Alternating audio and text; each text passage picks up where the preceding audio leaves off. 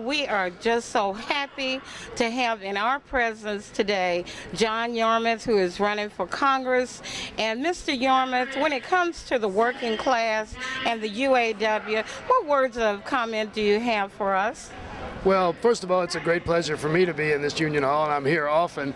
And what I hope I communicated to the retirees here was how much we appreciate what they did to build this economy over so many years, because Ford has been a mainstay of this community and this economy for so long, and they've been so important to it.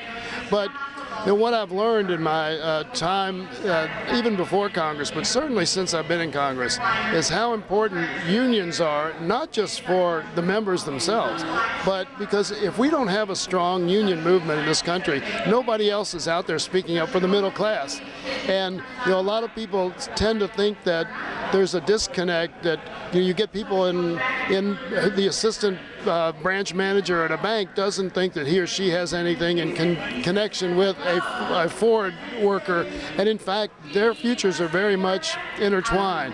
And unions speak out for everybody, not just for their members, and they try to make sure that workers get a fair shake, that they are able to get a fair pay for a fair day's work, and that they can build a good life for their families. As unions are weakened, and they have been weakened in this country over the last 25 years, the entire middle class is weakened, and that's why I'm so determined to work to strengthen unions by supporting the Employee Free Choice Act and other mechanisms in Washington to make sure unions are strong. You have done a wonderful job as you have beat Ann Northup, and we want to make sure that we do all we can in this election to help you to do that again, to send you back to Washington and Congress. What do you suggest that we do for you? Well, there's nothing that replaces hard work of individual citizens working, because most everybody gets a vote because somebody asks them to vote that way. They don't really pay much attention to TV advertising or so forth.